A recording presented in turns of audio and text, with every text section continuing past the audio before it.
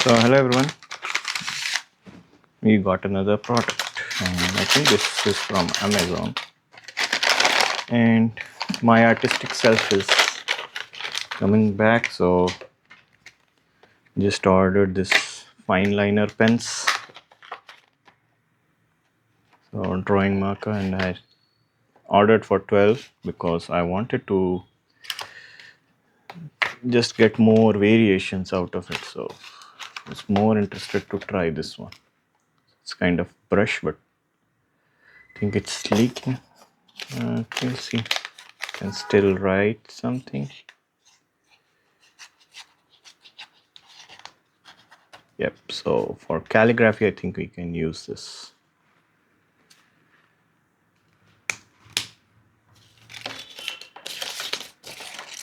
So it's set of 12, and I think I got it for around 299 or 300. Product by GRA, somewhere from Indore. Price is 14.99, but you'll get it definitely for quite less, 200, 300. It should be the price for this.